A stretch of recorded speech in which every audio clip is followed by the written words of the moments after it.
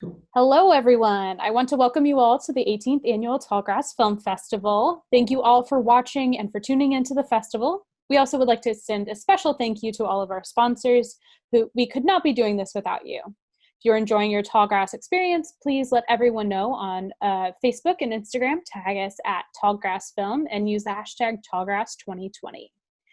I'd like to welcome to the Zoom today the director, producer, and co-writer of the short film Everything is Going to Be Fine, Mitchell Toladay. Hi, Mitchell. Yeah. How's it going? Yeah, good. Thank you. How you doing? I'm doing great. Thank you so much for being here today. We're really excited to have you. So Pleasure. let's talk a little bit about your film. Everything is Going to Be Fine. This was your short film debut, first time directing a short film. Yeah. I made a few things like here and there with friends, but like only kind of friends and family saw them. This is definitely, yeah, this is my first proper short film. Were there any unexpected challenges that you faced with this film that you didn't see coming? Um, it's quite. We filmed a lot outside, so that was a challenge. And we filmed in the UK, so we had to deal with the British weather quite a bit. We filmed in February, so it was really cold. So Yeah. that was the biggest challenge, probably just getting in between the rain. Oh, I can imagine. Yeah, lots of outside shots. I didn't even think about that when I was watching, but of course, yeah. And I'm sure with the all the cool makeup and special effects that you had, that was especially a concern. Can you talk a little bit about that process and kind of how you did some of those cool things? Sure. So we had a great special effects artist who worked with us on this, Hannah Chestnut, and so yeah, she made our short involves someone's intestines quite a lot, and so she made them out of silicone, but That's so cool. they broke quite easily, and so we kept on like having to like pick which the longest piece that we had, and then my co-writer and co-producer Neil Ricketson had to spend one night just basically making like a giant kebab of this latex intestine onto a Man. piece of wire, just so we'd have a few pieces that wouldn't be breaking. Oh yeah. Oh man, that sounds just wild. It's so cool in the film that you're the lead actress is kind of by herself for a little bit, and then we keep like waking up and meeting these new people and these new scenarios. So I have to imagine that that adding on those different people and those different effects made it extra challenging. But I just the makeup and everything was just so awesome in this. Well, thank you. Yeah, we're really happy with it. Good. Yeah. It's I it was kind of one of those things where I was like, I want to be grossed out, but I'm also like, how did they do that? you know. That's Um, great to hear. so I talked a little bit about the like non-linear style of the Yeah. film. What was the choice in that? Where was the choice there to do that? Well, basically, we sat down and wanted to come up with an idea for a script, and we came up with this idea of someone who is attached to their car by their intestines for the entirety of the film. And we started writing it, and originally it was a family rather than a rock Oh, okay. band. And we realized that that came across as quite dark. We wanted it to be like Yeah. humorous as well. So adding in a rock band, first of all, really softened it. But it was a case of just when we were writing, like we really wanted to try and set it all in just the one location, so you were watching it in real time. But it just meant that whenever kind of plot details were being explained, they felt really forced because you're like, well, these guys would already know this because they were the ones who had the Yeah. conversations and had these arguments in the past. So we thought, well, okay, we're not going to be able to keep this in one location. Let's show flashbacks of those happening so it's not forced exposition. Definitely. That's it made for a really cool watching experience getting to like, be in that tragic moment.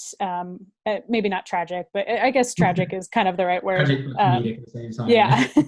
Yeah. And then get back to going back and seeing like where it all came from. D- uh, have you ever been, I think that this is kind of like a relatable film in a way of the ruining from within of a film and or of a creative project or a group. Have you ever been in a situation like that? Was there any real life inspiration? Um, I've been in a few bands myself growing up. Nothing like as successful as this band was, but there was definitely like moments there where you've got creative differences. Yeah. This is creative differences to like the worst possible degree. Yeah. But I also worked in the music industry for a bit, so I kind of saw a lot of these characters around me, and kind of drew it from that. And yeah, just heightened them really to push them as far as they can go. Yeah.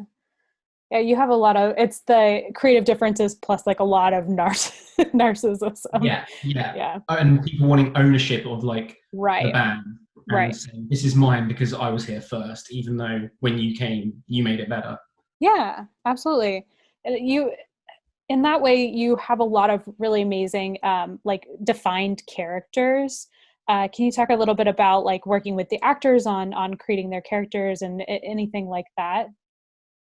Sure, yeah. I mean, so we were very aware that, or worried that when we first wrote the script that we had, at a base level, you've got like your hero, heroine, and then you've got your silly guy, not very clever guy, and then you're like, you're basically a dickhead, Yeah. guy who's just really not very nice. And so we wanted to just make sure that while they were bringing out those parts, they weren't too caricature. So we like tried to make sure that they each were grounded and still had softness or niceness to them as well.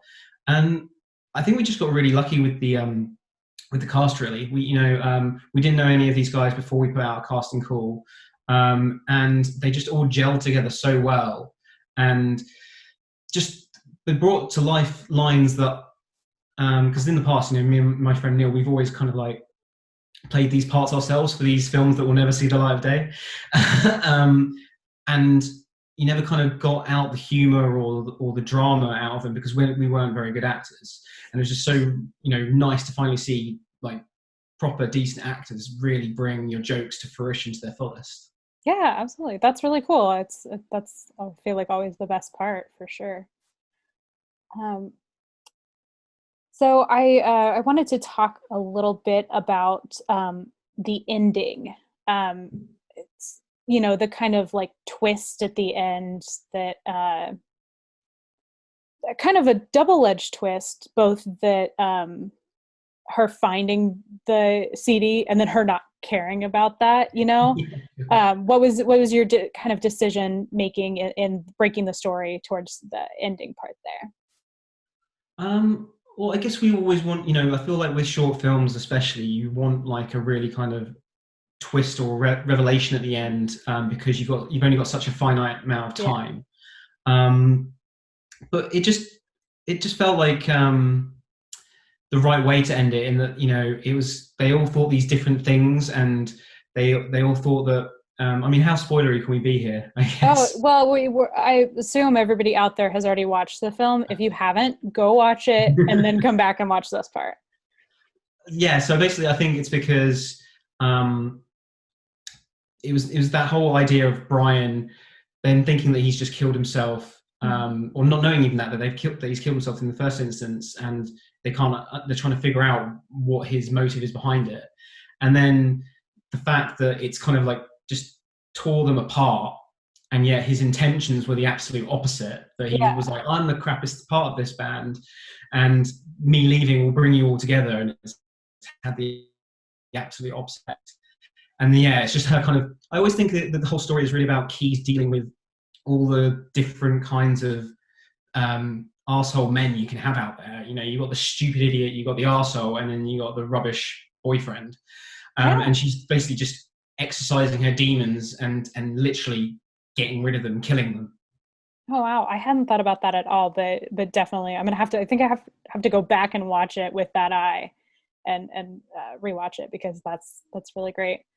Yeah. So all of the challenges aside, I think you guys made like a really cool film here. Do you have any hopes for what's next with the film? Actually, so we really loved the cast and the crew that we were working with, and we just kind of felt like we could do more with these characters. So we've actually taken the scenes that we've already shot, and we've written a feature script around them. Yeah, so we're going to be making some tweaks to what we've shot. And I play Brian at the moment. We've now cast someone else as Brian, but we've written another 5 stories about the same band that go before and after what we've already filmed, and yeah, bring it into a kind of an ensemble piece called Murder Ballads. Oh, that's Um, awesome. yeah, so we've just finished casting that. We're currently crowdfunding for it, and yeah, hopefully get it done for festivals next year. Okay, awesome. Well, do you want to shout out where people can find that crowdfunding Yeah, link? yeah. So we're on Instagram and Twitter. We're Murder Ballads UK, and you can go to the crowdfunder and what will eventually be the website at www.murderballaduk.com. Awesome.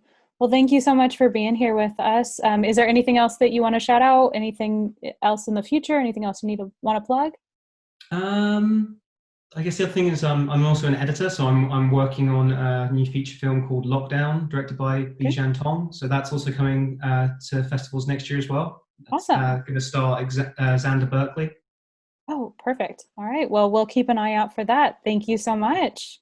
Thank you. It's been a Thanks pleasure. everybody for tuning in.